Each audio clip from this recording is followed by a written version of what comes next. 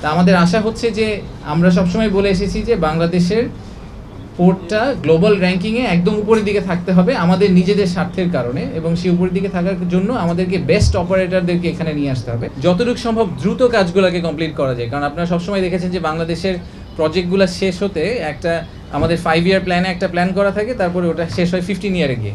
তো তখন যেটা হয় যে আমরা কিন্তু গ্লোবাল কম্পিটিশনে পিছিয়ে যাচ্ছি, দ্রুত পিছিয়ে যাচ্ছি। তো পৃথিবী এগিয়ে যাচ্ছে, আমরা অনেক স্লো আগাচ্ছি, সেটাকে আমরা ব্রেক করতে চাই। আমরা চাই যে আমরা খুব ফাস্ট এই প্রজেক্টগুলো কমপ্লিট করব। তা আমাদের এখনও অ্যাম্বিশন হচ্ছে যে এই ডিসেম্বরের মধ্যে আমরা আমাদের বড় যে পোর্টগুলো আছে সেগুলোর খুব মাইলস্টোন কিছু প্রোগ্রেস করে দিয়ে যেতে চাই, যে কিছু এগ্রিমেন্ট সাইন করে দিতে চাই, কিছু গ্রাউন্ড ব্রেক করা শুরু হয়ে যাবে।